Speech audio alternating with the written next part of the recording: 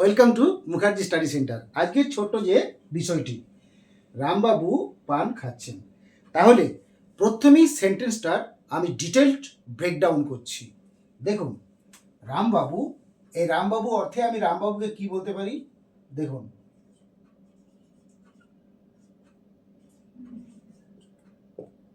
আমি রামবাবুকে সাবজেক্ট বা কর্তা বলতে পারি, অথবা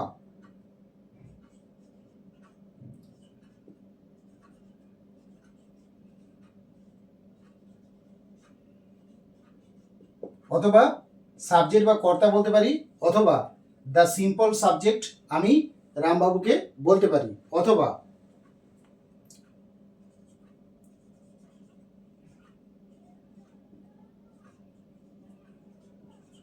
আমি বলতে পারি সাবজেক্টিভ, অথবা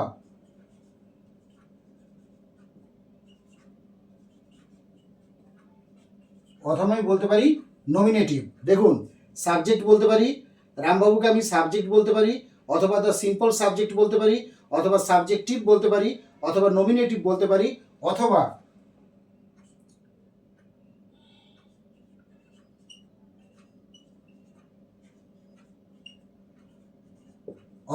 প্রপার নাউন আমি বলতে পারি। তাহলে রামবাবুর আমি ডিটেলড ব্রেকডাউন করলাম, অর্থাৎ বিস্তারিত বিবরণ দিলাম। এরপর দেখুন, নেক্সট যেটা আছে পান, এই পানের আমি ডিটেলড ব্রেকডাউন করছি। দেখুন, পানকে আমি কি বলতে পারি?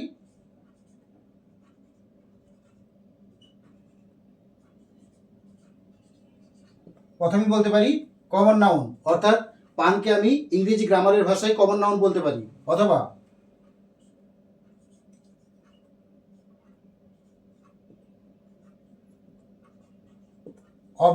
অবজেক্টিভ বা কর্মবাচক বলতে পারি, অথবা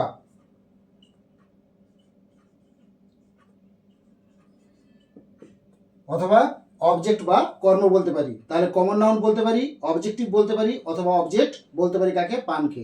এরপর দেখুন, খাচ্ছেন, খাচ্ছেনকে আমি কি কি বলতে পারি? প্রথমেই বলতে পারি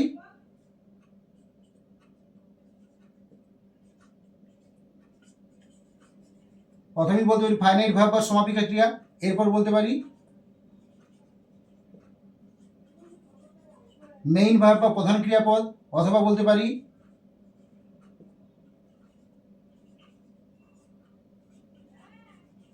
প্রাইমারি ভার্ব বা প্রধান ক্রিয়াপদ। এরপর বলতে পারি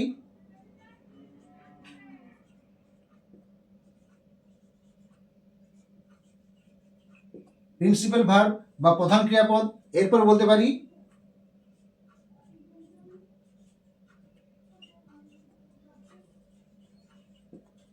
অ্যাকশন ভার্ব, অর্থাৎ আমি খাচ্ছেন শব্দটিকে বলতে পারি ফাইনাইট ভার্ব বা সমাপিকা ক্রিয়া, মেইন ভার্ব বা প্রধান ক্রিয়াপদ, প্রাইমারি ভার্ব বা প্রধান ক্রিয়াপদ, প্রিন্সিপাল ভার্ব বা প্রধান ক্রিয়াপদ, অ্যান্ড অ্যাকশন ভার্ব বা প্রধান ক্রিয়াপদ। এরপর দেখুন, আমরা জানি যে খাচ্ছেন অর্থাৎ ভার্ব বা ক্রিয়াপদ, সুতরাং আমরা জানি ভার্ব বা ক্রিয়াপদের অপর নাম হলো ডুইং ওয়ার্ড। তাহলে দেখুন,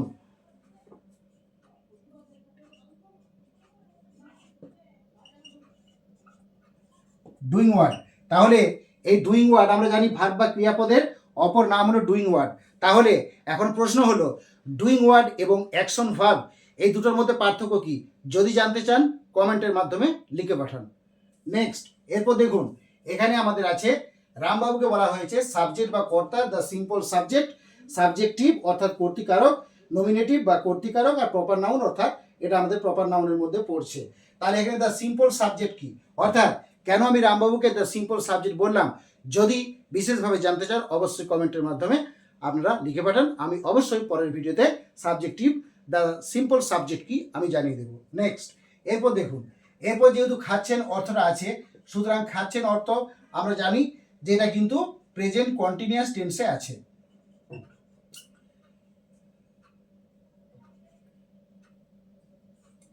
প্রেজেন্ট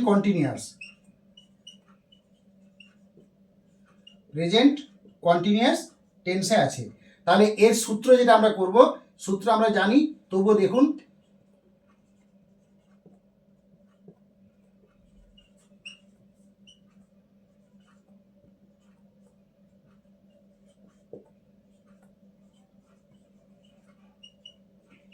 দেখুন এই সূত্র করব subject plus am comma is comma are plus main verb ব্র্যাকেটে আইএনজি প্লাস আদার্স, অর্থাৎ এইভাবে কিন্তু আমরা সূত্রটা তৈরি করব।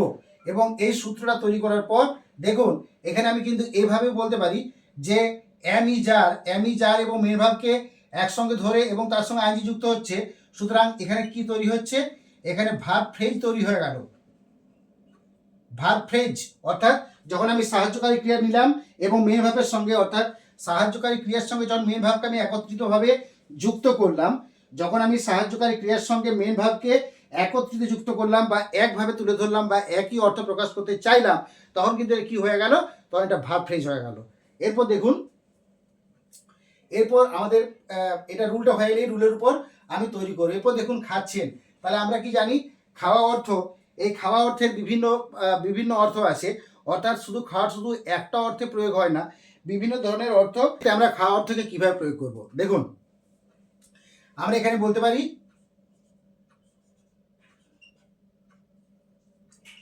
টু হ্যাভ মানে খাওয়া, তাহলে টু হ্যাভ বা টু ইট এইভাবে কি আমরা অর্থটাকে প্রকাশ করব না। এই ক্ষেত্রে যদি আমরা টু হ্যাভ বা টু ইট প্রকাশ করি তাহলে সেই ক্ষেত্রে কিন্তু পান খাওয়া অর্থটা ভুল হয়ে যাবে। সুতরাং কি করব, দেখুন এই অর্থে আমরা করব, দেখুন টু চিউ, এই ক্ষেত্রে আমরা করব টু চিউ। দেখুন এখন এখানে যে সমস্যাটা হয় সেই সমস্যাটা হলো এই যে CHEW এর প্রকৃত উচ্চারণ কি, CHEW এর প্রকৃত উচ্চারণ বলি, অনেক ক্ষেত্রে বলি চিউ। দেখুন চয়রস্যি রস্য, CHEW উচ্চারণ হচ্ছে চয়রস্যি রস্য, কিন্তু এটা হলো উচ্চারণটা ভুল। এর উচ্চারণটা হলো কি বলুন তো, এর উচ্চারণ হলো চয়রস্য চু, এর উচ্চারণ হলো চয়রস্য চু। দেখুন কিভাবে হচ্ছে, এই চিউ শব্দটা মূলত কিভাবে যুক্ত হয়, দেখুন CH প্লাস ডবল ও, অর্থাৎ CH প্লাস ডবল ও, কি উচ্চারণটা হলো চু, অর্থাৎ এখানে EW সমান এর উচ্চারণ হচ্ছে ডবল এর মতো, এখানে EW এর উচ্চারণ হচ্ছে ডবল এর মতো, তাই এটাকে কি বলা হচ্ছে টু চিউ না বলে বলা হচ্ছে টু চু। যেমন ধরুন একটা এক্সাম্পল,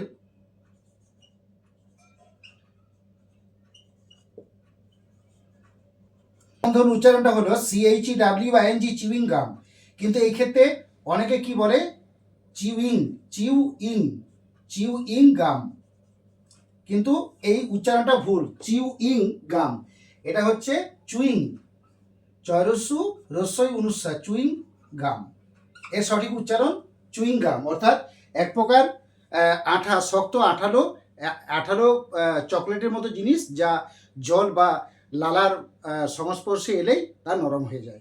সুতরাং এখানে উচ্চারণটা হবে চুইং গাম, তাহলে এখানে EW উচ্চারণ হলো ডবল এর মতো।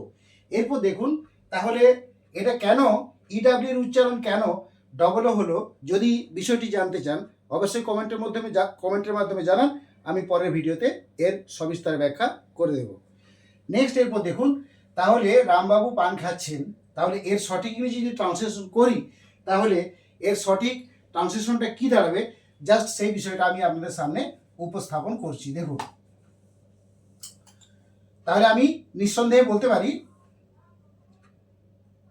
রামবাবু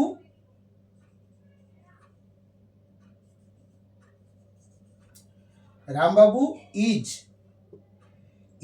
চুইং। দেখুন Rambabu is chewing, CHEWING, Rambabu is chewing. এরপর কি আমরা জানি যে পানের ইংরেজি কি,